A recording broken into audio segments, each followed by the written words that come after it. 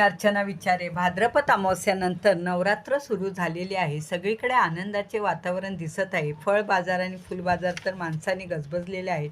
ठिकठिकाणी पंडाल दिसत आहेत. नवदुर्गाच्या आगमनाने माणसाचे चेहरे आनंदलेले आहेत.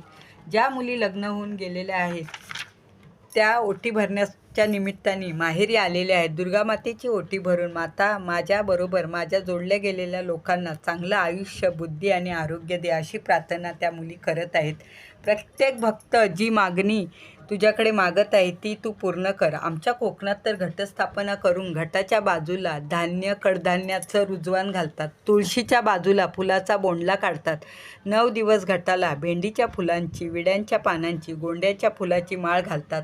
9व्या दिवशी घटाला गुळाचा, करंज्याचा, वेगवेगळ्या गोष्टीचा नैवेद्य अर्पण करून काही लोक तर 9 दिवस उपवास करून संध्याकाळी दशमी करतात. मग 9व्या दिवशी भेंड्याचा बळी देऊन घट हलवतात. मग दुसऱ्या दिवशी दसरा म्हणून गोडधोड घरात करून दसरा छान साजरा करतात. संध्याकाळी आपट्याच्या पानांची सोनं म्हणून पूजा करून एकमेकांना सोनं देतात. तर सर्वांना शुभ दसरा.